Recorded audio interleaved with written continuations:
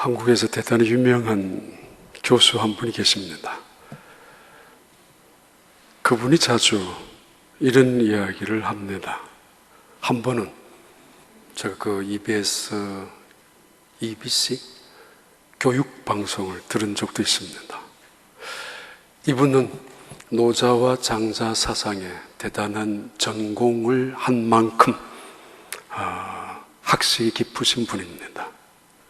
그리고 그분은 한때는 목사가 되고 싶은 적도 있었던 분이고, 또 그분은 부모님의 소망 또는 기도대로 목사가 되는 길이 자기가 가야 될 길인 것을 믿기도 했었습니다. 그런데 그분은 기회만 되면은 교회를 이렇게 지적합니다. 내가 교회 다니면서 들었던 이야기는 세 가지라고. 오라고. 왜? 믿기 위해서. 그리고 결국은 모여라, 믿어라. 이게 첫 번째 이야기. 교회 안 오면 큰일 날 것처럼 이야기해서, 그리고 오면은 믿어라. 어떻게 믿느냐? 무조건 믿으라고. 그냥 믿으라고. 두 번째 들었던 이야기는 돈 내라고. 무슨 헌금의 명목이 그렇게 많은지, 하여튼 감사 헌금 봉투에 내 종이까지, 또는 하여튼 그때마다 헌금 내라고. 들었던 이야기는 그것이 두 번째 가장 많이 들은 것이고, 세 번째 이야기는 그리고는 집 짓자. 교회당을 건축하고 나면은 교육관 건축하고, 교육관 건축하고 나면은 선교관 선교센터 건축하고, 그리고는 기도원 건축하고, 또는 요즘은 청소년 센터라고 해서 여러 가지 다목적용 건물을 짓기도 합니다. 집 짓자고. 세 가지 이야기 외에는 들은 것이 없다고. 믿어라, 돈 내라, 집 짓자. 어쩌면은 공감하시는 분들이 생각보다 많이 있을 수도 있습니다. 왜냐하면 이분이 그 이야기를 할 때마다 그 강좌를 듣는 고등학생, 대학생 또는 많은 사람들이 박수를 치고 환호를 하기 때문입니다. 맞다고. 맞다고. 그게 교회라고. 그런 곳이 교회라고. 라고 함께 조화들 하는 분위기를 한 번은 본 적이 있습니다. 아주 오래 전입니다만. 누구라 그러면 금방 다 아시는 그 아버지도 어머니도 아주 신실한 기독교인이고, 형님도 유명한 학교에, 그리고 교회에 장로님이시고, 누님도 장관까지 하신 분입니다만, 기독교인으로서. 그러나 그분은 여전히 근래에도 교회에 대해서 매우 신랄하게, 그리고 거침없이 비판합니다. 교회의 나쁜 점을, 교회의 부정스러운 모습을. 왜 그랬을까요? 왜 그분은 적어도 30년 가까이 교회를 다니면서 한 번도 하나님의 말씀을 들어보지를 못했을까요? 적어도 30년, 어쩌면 그 이상 살아오면서 왜 교회에 나타나는 하나님의 은혜를 체험해 본 적은 한 번도 없었을까?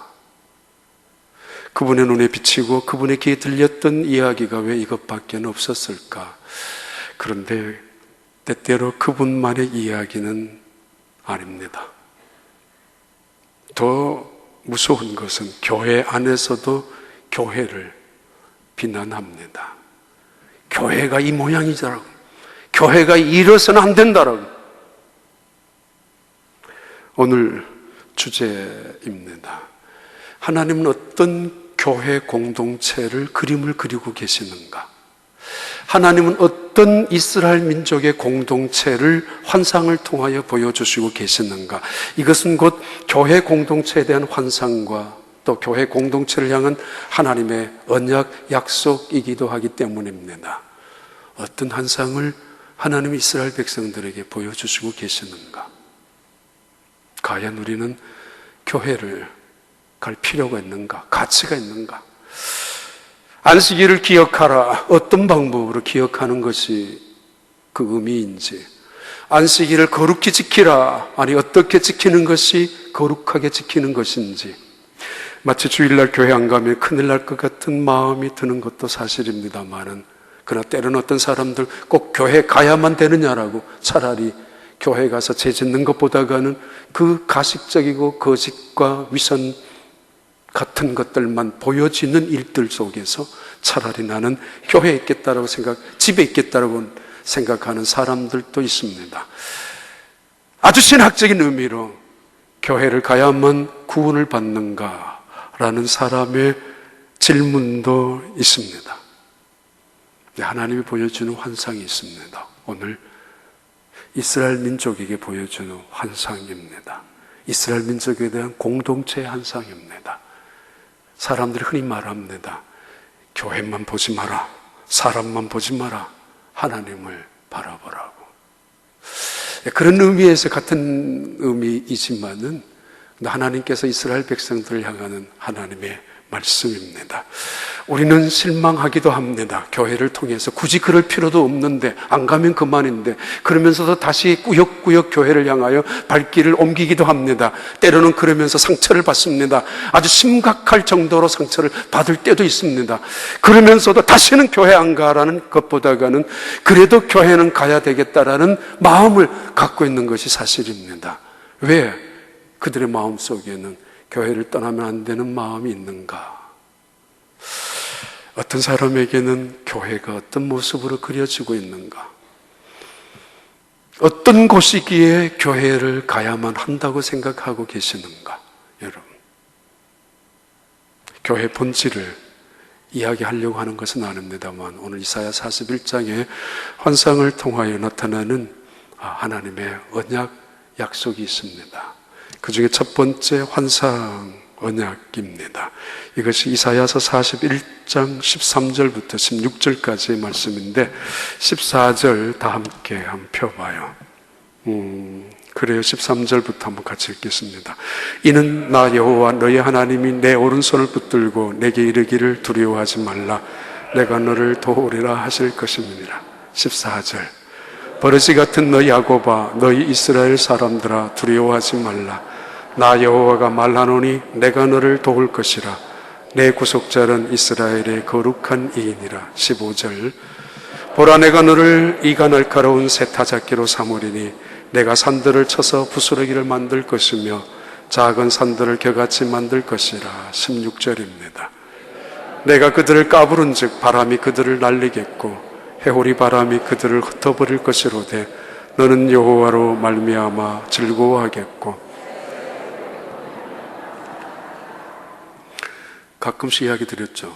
성경책 넘기는 책장 소리, 성경책 넘기는 소리, 정말 저는 좋습니다. 하나님 말씀을 함께 교회에서 읽는 소리, 이것만큼 좋은 소리가 있습니까? 하나님 말씀인데. 근데 왜 그냥 눈으로만, 왜 귀로만 가만히 들으려고 하는지. 자, 아무튼 하나님이 보여주는 첫 번째 환상입니다. 버러지 같은 야곱, 지렁이 같은 야곱을 하나님이 그림을 그리고 계시는데, 환상을 갖고 계시는데, 바로 타작 마당을 움직여 나가는, 타작 마당을 정하게 하는, 깨끗하게 추수를 탈곡을 하는 기계, 그것도 적당한 기계, 뭉텅스러운 기계가 아닌 이가 날카로운 기계로 만들 것이라고 이렇게 그림을 그려놓고 있습니다. 환상을 보시고 계신 하나님은 그 환상을 이사야 선지자를 통하여 전달하게 합니다. 다시 말합니다만 야곱의 백성, 이스라엘의 후손, 그들은 영락없이 지렁이 같은 존재입니다. 시궁창 같은 더러운 냄새나는 썩은 땅덩어리, 그것도 그 속에 처박혀 있는 버러지, 지렁이 같은 존재입니다. 자기 발걸음으로는 한 걸음도 그 저주의 자리에서 옮겨 나올 수 없는 지렁이 같은 이스라엘 백성들, 자기의 의지로는 단 한순간도 일어설 수 없는 죽음의 자리, 바로 절망의 자리에 있는 이스라엘 백성들, 그들에게 하나님의 환상을 보여주십니다. 그들이 타작마당에 이가 날카로운 기계가 될 것이라고. 도저히 그림이 맞지 않습니다. 도저히 일어날 수 없는, 이게 어떤 프로세싱이 과정이 일어나서 그런 기계가, 날카로운 기계가 될 수 있는 가능성은 추호도 없습니다. 그런데 하나님은 그 이스라엘 백성들을 향하여 날카로운 이를 가진 타작마당의 기계로 너희를 삼을 것이라고. 그래서 까부르면 해오리 바람이 일어나는 것처럼 온 세상을 티끌 것처럼 날려버릴 것이며, 그리고 그들이 땅을 밟을 때마다 온 세상에 애굽이나 바벨론이나 아수르 같은 나라들도 거침없이 짓밟을 수 있다라고 말씀하는 그런 예언, 그런 환상입니다. 사람에 대한 꿈입니다. 사람에 대한 환상, 사람에 대한 언약입니다. 이스라엘 민족을 향하는 하나님의 꿈입니다. 온 세상에서 이스라엘 사람들을 싫어할런지는 모르지만 싫어하는 사람 혹은 미워하고 심지어 증오하는 사람은 있을런지 모르지만 유대인들을 무시할 사람은 아무도 없습니다. 전 세계에서 정치, 경제, 문화 그리고 온 사회적으로도 유대인들을 업신여기고 깔보고 무시할 민족은, 그런 사람은 아무도 없습니다. 그 민족은 무시당할 민족은 아닙니다. 증오의 대상은 될런지 모르지만 너무 잘났기 때문에 사실은 그들의 힘이 뭔가 우리와는 같지 못하는 뭔가 다른 것이 있기 때문에 그 이스라엘 백성들 별거 아닙니다. 포로로 잡혀져 있습니다. 지금 노예 생활하고 있습니다. 그냥 그대로 영락없는 지렁이 같은 존재들인데 그들에게 하나님이 환상을 주시면서 약속하시고 언약을 주십니다. 이것은 교회를 향하는 하나님의 꿈이기도 합니다. 가끔씩 죄송합니다. 가끔씩 다른 교회에서 우리 교회 오신 분들에게 그 교회 목사님이 전화를 한 적이 있을 수가 있습니다. 저를 배려하기 위해서 좀 예의적으로 아마 그렇게 하지만은 저는 전혀 듣지 않습니다. 혹은 다른 사람 그 교회에서 편지를 보낼 때가 있습니다. 편지를 보내서 물론 우리 교회 온 어떤 분들의 이야기를, 잘못된 이야기를 장문으로 보내기도 합니다. 가끔씩은 교회로 옵니다. 그럼 우리 손 목사님 가지고 들어옵니다. 그러면 그 자리에서 내보냅니다. 가져가라고, 찢어버리라고. 뻔한 거니까. 교회는 누구나 오는 곳입니다. 그리고 누구나 어쩌면 버러지나 지렁이 같은 존재인 우리입니다. 동일합니다. 그런데 여기서 멈추면 안 됩니다. 교회는 사람을 변화시켜 나가는 곳이어야 하고 변화해야만 하는 곳이 교회입니다.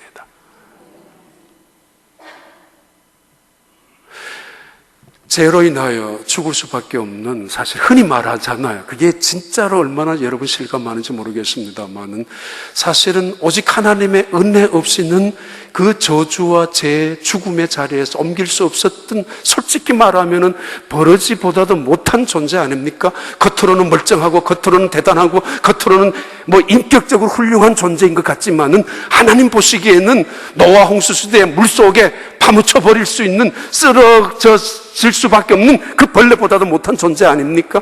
아니, 소돔성의 불 속에 깡그리째 태워버려도 할 말 없는 그런 풀 같은 존재, 풀보다도 못한 존재 아니었습니까? 그런 버러지 지렁이 같은 우리를 용납하시고 부르시서 자녀로 삼아주시고 의롭다 하시고 하나님의 백성으로 삼아주신 하나님은 그 수준으로 머물기를 원하지 않습니다. 변하기를 원하십니다. 타작마당의 기계처럼, 날카로운 기계처럼. 그래서 그들의 입을 통하여 여호와로 인하여 기뻐하며 여호와로 인하여 자랑하게 되리니, 자기의 잘남으로 살았던 사람들은 교회에 솔직히 말해서 올 필요 별로 없을 것입니다. 왜냐하면은 병든 사람에게 의사가 필요하듯이 예수님께 찾아오는 사람은 자신의 병든 것을 인정하는 사람만이 찾아오는 법 아닙니까? 그들에게 하나님이 필요한 것이고, 사실은 잘남으로 똑똑함으로 가진 것으로만 살 수 있다면 세상에서 얼마든지 살아갈 수도 있을 것입니다. 그런데 그들은 그들의 입으로 여호와를 자랑할 수 없을 것이고, 여호와가 나를 이렇게 만들어 주었다라고 진심으로 고백할 수 없을 것입니다. 교회 안에서 변화되어지는 사람들, 사실은 지렁이 같은 우리, 솔직히 말해서 그런 거 아닙니까? 뭘 가졌다면, 배웠다면, 높다면, 대단하다면 뭘 얼마나 하나님 앞에서 상대적일 것 뿐입니다만 조금 그것도 도토리 키재는 식으로 우리는 하나님 앞에 큰 죄인, 작은 죄인, 그것도 구별할 수 없는, 모두가 다 하나님의 은혜 없이는 죽을 수밖에 없는 죄인, 저주사리에 바로 지렁이 같은 존재 아닙니까?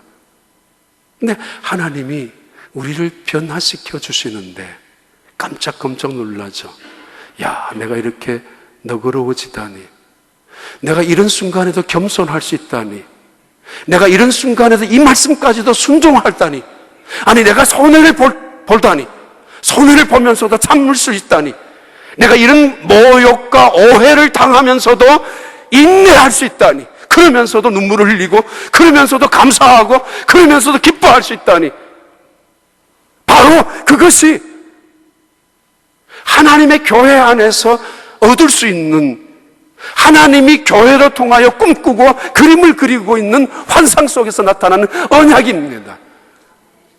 교회 와서 변하지 않는 사람들이 있다면 그건 정말 낭비입니다.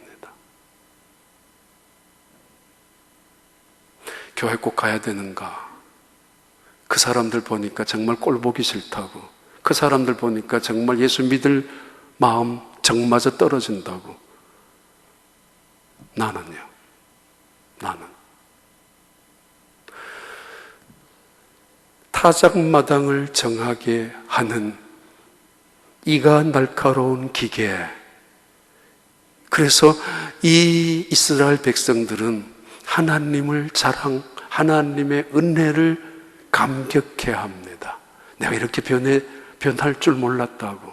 나 이렇게 달라질 수 있는 사람인 줄 다른 사람도 몰랐고 나도 몰랐다고. 하나님이 그리는 환상의 두 번째 환상은 이사야 41장 17절 18절 말씀인데 우리 함께 읽습니다.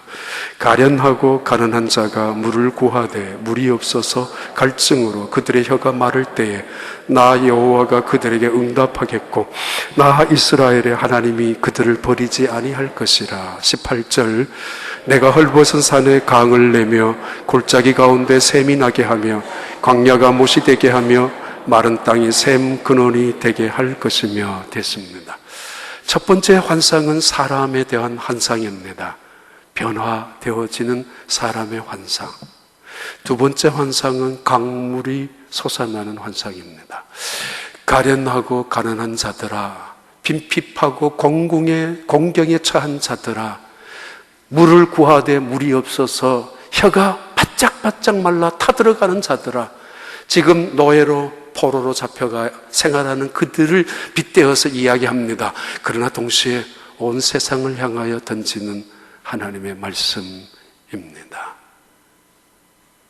가련하고 불쌍한 사람들아, 영혼의 만족을 채우기 위하여, 행복을 찾기 위하여 오늘도 여기저기를 기웃거리고 있는 사람들을 향하여 말씀하는 말씀입니다. 가련하고 궁핍한 공경에 처한 자들아, 물이 없어서 물을 구하되 어디에 물이 있다고? 구할 있는 곳마다 다 찾아다녀 보았지만 여전히 그들의 혓바닥은 가뭄의 논바닥이 쩍쩍 갈라지듯이 갈라져 버린 사람, 그들을 향하여 하나님의 환상입니다. 자산에서 강을 시작하게 할 것이며 깊은 계곡 속에서 샘물이 솟아나게 할 것이며 광야에는 저수지 같은 오아시스 같은 못을 만들 것이며 마른 땅에, 죽음의 땅, 한 번도 비 한 방울 내려보지 않은 그런 땅에 샘의 근원이 되게 할 것이라는 환상을, 그림을 하나님은 그리고 계십니다. 이스라엘 백성들이 돌아가야 될 가나안 땅, 머물 가나안 땅, 척박한 땅입니다. 아니, 죽음의 땅입니다. 아마 성지에 가보신 분들은 알 것입니다만은 성지 순례하는 분들 아니면 현장 답사하시고 오신 분들의 이야기입니다. 여기에 하나님은 하필이면 이 가나안 땅에 이스라엘 민족을 인도해 주셨느냐고, 인도하는 가이드에게 또는 현장을 강의하시는 목사님에게 물을 때마다 대부분 동일한 대답을 하십니다. 동쪽에서는 뜨거운 바람이 불어오잖아요. 그러니까 이사야 40장에 풀같이 금방 시드는 것, 동풍이 불어오기 때문에 뜨거운 바람이, 서쪽에는 지중해입니다. 바다입니다. 그 땅은 비가 자주 올 수 있는 땅이 아닙니다. 농사를 쉽게 지을 수 있는 곳도 아니고, 그래서 목초지로서 넉넉할 수 있는 땅도 아닙니다. 지난 1월 달에 한국에 성지에 갔다 오신 분이 10만 분의 1로 된 그 지도를 가지고 왔습니다. 저 방에.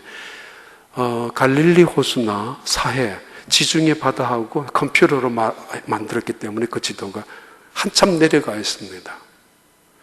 여러 가지로 불합리한 땅이었는데 하나님은 이스라엘 민족을 왜 그 땅으로 인도하셨는가? 공통적인 대답이라고 합니다. 이번에도 다녀오신 그분이 그렇게 질문했을 때 그 목사님이 이렇게 대답했다고 합니다. 예, 하늘만 봐야 하기 때문입니다.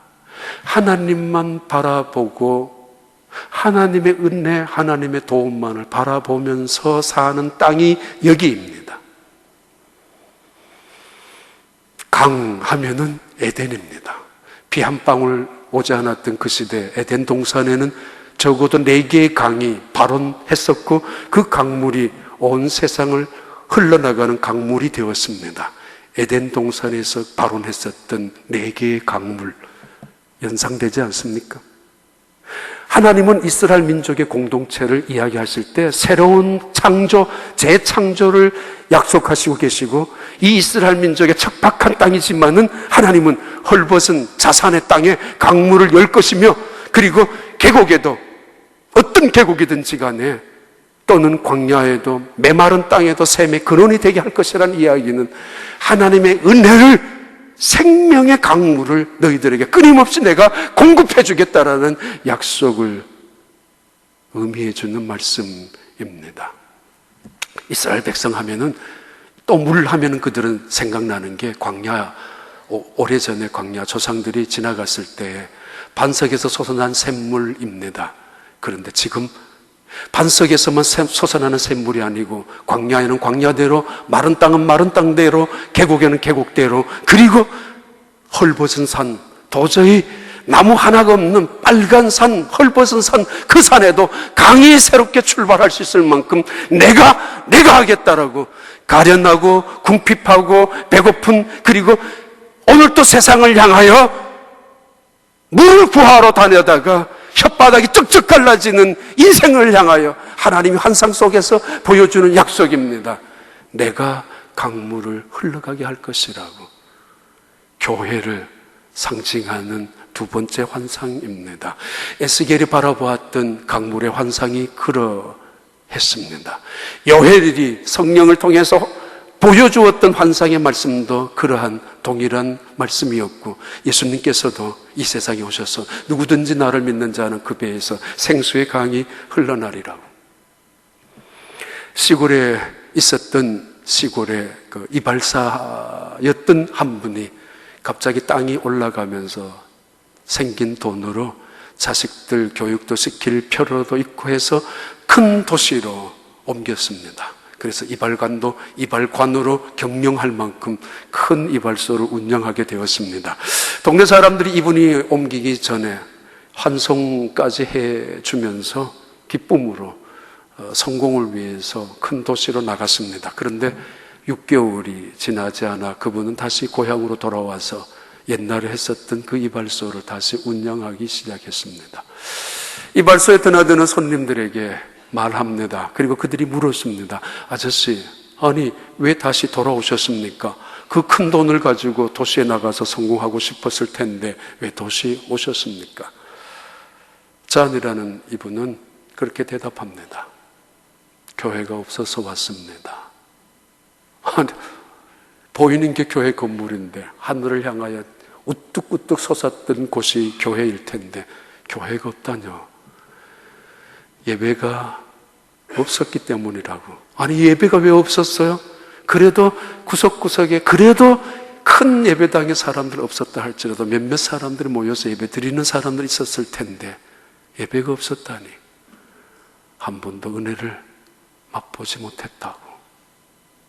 제단을 통하여 흘러내리는 강물 같은 그 은혜를 누려본 적이 없다고. 지난 6개월 동안 내 아이들을 주일학교 보내고 싶었는데 가르치는 선생님이 안 계신다고.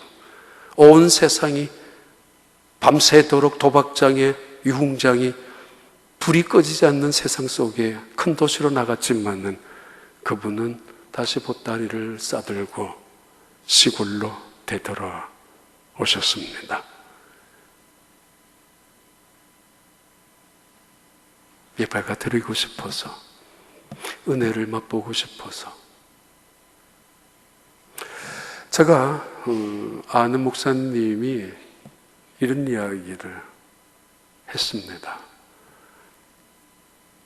우리가 어렸을 때 우리 아버지가 시골의 목사님이셨는데 사남매를 키웠는데 고등학교 그리고 대학교 다닐 때 늘 우리를 불러 모아놓고 그 아버지 목사님께서 하신 말씀이라고 합니다. 너희들은 교회가 키웠어. 너희들은 교회가 키웠어.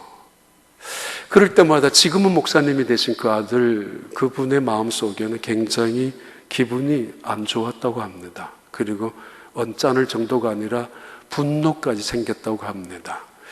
시골에서 목회하신 아버지 밑에서 자라난 가족들이 제대로 밥을 먹은 것보다는 안 먹은 기억도 많이 있고, 또는 교인들에게 이런 말 저런 말 들었던 상처, 그것을 옆에서 바라보았던 아들의 입장에서 아버지의 그 모습을 기억하면서 악몽 같은 것들이 여러 교회를 다닐 때마다 그는 분노까지 생겼었다고 합니다. 아니, 교회가 우리를 키웠었다고?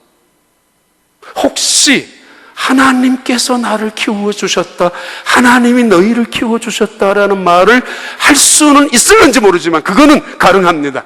그러나 교회가 너희를 키웠다, 교회가 나를 키웠다, 이것은 도저히 받아들일 수 없는 말이었다고. 근데 목회하면서 그의 마음속에 점점 그 아버지가 했던 말씀이 가슴판에 늘 남아 있었다고 합니다. 그래, 교회가 키웠지 나를. 그래, 맞아. 그래서 아버지께서는 늘 그 다음 말이 교회가 너희를 키웠어. 그래서 교회에 고마워해야 돼. 말도 되지 않죠. 교회 헌금하고 봉사하고 그만큼 충성스럽게 하고 했는데 고마워하다니. 때로는 뺏기기도 하고 때로는 상처도 받고 고마워하다니. 저는 미국에 오기 전에 두 교회를 섬겼습니다. 군대 가기 전에 한 교회, 군대 갔다 와서 한 교회. 두 교회 다 저에게는 제가 목회자가 되고 난 다음 잃어버린 것보다는 훨씬 더 많은 것을 얻게 해준 곳이 교회였습니다. 그리고 그 교회 중에 한 교회가 물론 목사님께서 보내주셨습니다마는 미국으로 생각도 못했지만은 공부까지 하도록 보내주셨던 교회. 미국에 와서 잠시이지만 두 교회를 섬겼습니다. 한 번은 교육 목사로서 한 교회를 섬겼고, 그 교회 목사님이 저한테 물론 여러 가지 이야기가 있었지만은 영주권까지 해결하도록. 처음에 왔을 때 교회 가서 예배를 드리고 싶었는데 교육 목사니까 예배 시간에 들어가지가 못합니다. 그 시간에 주일학교 아이들을 아마 있을 것입니다. 우리 교회 교인들. 그 시간 아이들을 붙잡고 있어야 되니까. 얼마나 답답했는지 예배를 드리고 싶어서 목사가 그래도 아이들 그냥 그때는 베이비시터처럼 데리고 있었습니다만, 그리고는 한 3개월이 지나고 나서 아침마다 사우스웨스트는 그때는 49불이었어요. 달랐어. 한 1년 10개월 그렇게 오랫동안 아침마다, 물론 중간중간 쉴 때도 있었지만은 아침에 비행기 타고 가서 예배드리고 오후에 내려오고 목사님이 그렇게 배려를 해주셔서 다니기도 했었습니다만, 그리고는 우리 교회 지금 87년부터 와 있습니다. 덕 많이 받습니다. 아니, 교회에 고마워할 수 있는 일이 수만 가지가 넘습니다. 가끔 그렇게 생각합니다. 저 사람은 누가 보더라도 교회 고마워해야 될 사람인데, 아니, 이 교회 건물만이 아니라 이 교회 공동체의 이야기입니다. 우리 미국 이민 와가지고 교회가 없었다면 별로 잘나지 않은 저를 우리 교회에서는 담임 목사로 시켜주시고, 그거 정말 생각하더라도 너무 고마웠기 그지없죠. 힘들게 어려울 때 신앙생활 할 때마다 그래도 교회가 있었으니까 기도하러 나왔고 눈물을 흘리면서 때로는 봉사하고 때로는 교회 와서 상처도 받았지만은 그래도 예배 드릴 때마다 은혜를 받으면서 견뎌나갔던 교회. 아니, 교회 나는 악몽밖에 남지 않았다고. 나는 교회가 차라리 없으면 좋겠다고. 그런데 안 갈 수는 없으니까 교회 갔는데 교회가 나한테 해준 게 뭐냐라고. 고마울 게 뭐 있냐고? 이민생활에서 사실은 우리에게 위로해주고 은혜를 통해서 생명을 붙잡아준 것이 교회 외에 어디 있었습니까? 직장이었어요? 가게였어요? 자식들이었어요? 아니잖아요. 교회가 너를 키웠어. 교회 고마워해야 돼. 세 번째 환상입니다. 그것은 오늘 19절부터 20절에 나오는 환상인데 같이 읽겠습니다. 내가 광야에는 백향목과 시띠나무와 하석류와 들감남나무를 심고 사막에는 잣나무와 소나무와 항량목을 함께 두리니 20절 무리가 보고 여호와의 손이 지으신 바요 이스라엘의 거룩한 이가 이것을 창조하신 바인 줄 알며 함께 헤아리며 깨달으리라. 재창조에 대한 환상 그림입니다. 첫 번째는 사람이죠. 버러지 같은 우리를 이 세상을 향하여 통치하고 다스리는 건세 있는 존귀한 자로 영광스러운 승리자로 삼겠다는 하나님의 약속입니다. 세상의 대통령에게 맡긴 게 아닙니다. 선장에게 맡긴 게 아닙니다. 무슨 지도자에게 돈 많은 사람에게 세상을 맡긴 게 아니라 하나님의 사람, 하나님의 교회에 하나님이 이 세상을 맡겨놓은 것입니다. 그러기에 그들은 하나님의 은혜를 기뻐합니다. 두 번째 환상은 에덴 동산에 강이 있었잖아요. 사람과 강과 그리고 세 번째 환상은 나무 아닙니까? 우리 교회 나무 동산입니다. 교회 옮기면서 이야기 드렸죠. 하버드에 다니고 있었던 신학생, 그것도 PhD 하는 학생이 한번 들렸다가 제가 한국에서 가르쳤던 학생입니다. 가르쳤다 와서 보고는 아니 목사님 나무 신학을 한번 만들으라고 나무에 대한 글을 종종 썼지 않습니까? 그거를 보고 나서 그리고 나서 저는 우리 교회 물론 전부 다 오늘 교회 이야기니까 용서하고 들으세요. 이 교회 건물 이게 전부 다 나무입니다 사실은. 그래서 잘 됐다. 우리 교회는 나무 셀 처치를 나무로 하자라고 해서 지금까지 나무 동산의 구역으로 움직이고 있습니다. 하나님의 세 번째 환상입니다. 이스라엘 민족이 이런 아름다운 공동체를 이룰 것을 그림을 그리고 있는 이때는 광야입니다. 나무가 자랄 곳이 없습니다. 자랄 수가 없는 광야에 버틸 수도 없는 그리고 사막입니다. 나무의 씨앗이 떨어져도 결코 싹이 낼 수 없는 척박한 죽음의 땅 사막입니다.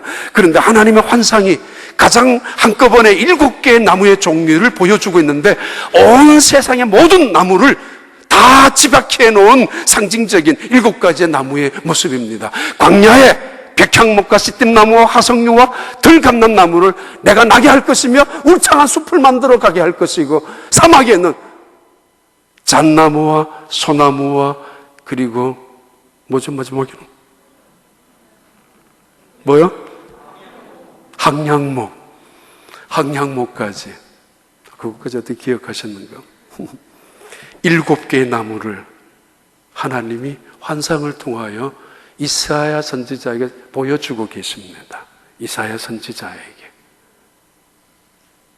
우리 교회의 꿈입니다. 또 비전입니다. 울창한 나무 숲을 통하여. 교회 가서 돈 내라는 소리밖에 들은 적이 없다고 하는 청년. 그것도 돈이면은 정직하게 쓰이는 것도 아니고, 목사, 그분의 이야기대로 그놈한테 다 쓰고 있는데, 별명목으로 다 간대. 이것도 가고 저것도 가고, 뭐 교육비로도 나가고, 출장비로도 나가고, 공판비로 나가고, 자녀비로도 나가고, 뭐 심지어 전화비까지 나가고 있다고. 목사님 한 번 그분에게 이렇게 이야기했습니다. 당신이 자랄 때 얼마 들었느냐고. 많이 돈 들었을 것 같다고. 양육비가, 교육비가, 병원비가 안 들었겠습니까? 그 돈을 왜 들여야 되느냐? 왜 들여야 돼요? 살아있으니까. 돈을 함부로 써도 된다는 이야기가 아닙니다. 목사님이 한 번 다른 사람에게 물었죠. 당신은 자식을 위하여 돈을 얼마나 썼습니까? 그분의 이야기입니다. 난 얼마 쓰지 않았습니다. 왜요? 그 아이가 일찍 죽었기 때문입니다. 이건 맞는 이야기는 아닐 수도 있지만은 죽었으면은 돈이 필요 없습니다. 살아있기 때문에 돈이 필요합니다. 설교 말씀 중에 죄송합니다만은 이제 6월 달쯤이면 우리 건축위원회에서 준비하고 계획하고 추진하고 지금 애쓰고 있는 비전센터가 시작이 될 것 같습니다.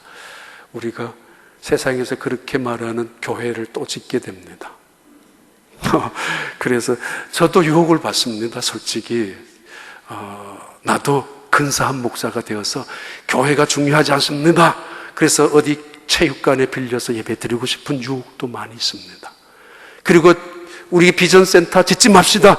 그 돈이면 차라리 선교센터를, 선교지의 교회를 10개, 20개를 지을 수 있습니다. 그건 낭비입니다. 그렇게 하고도 싶습니다.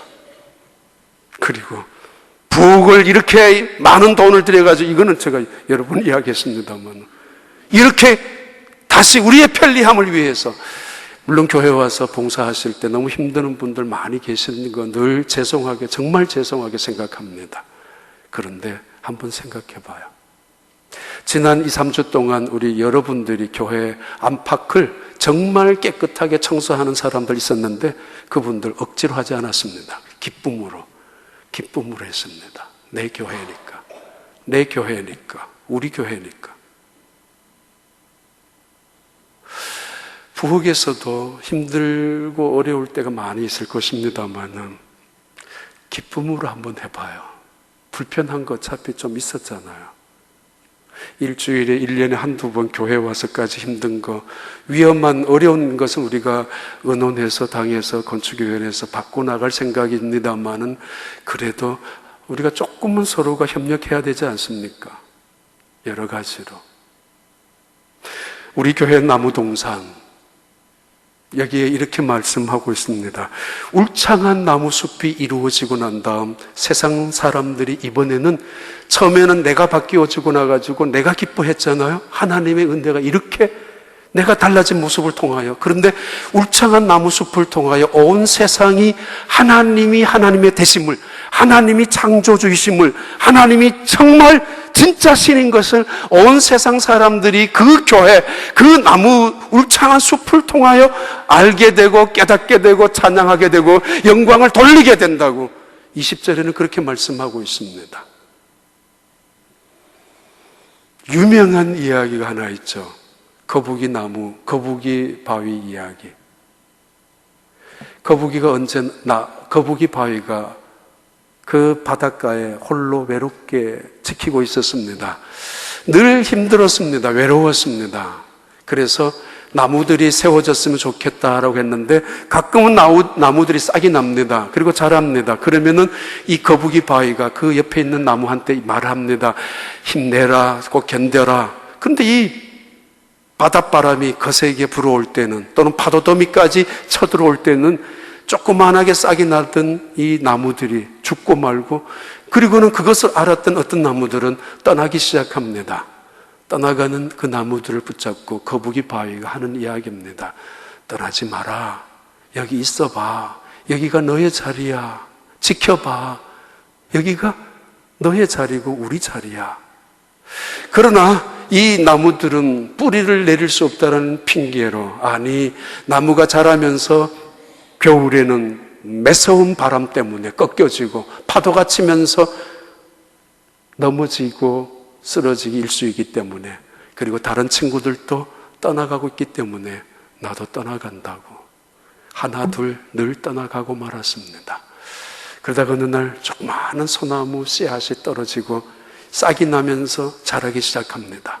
거북이 바위, 이 바위가 이번에는 이 소나무, 조그마한 소나무 하나가 자라는 조그마한 볼품없는 연약한 이 소나무를 붙잡고 애원하다시피 말합니다.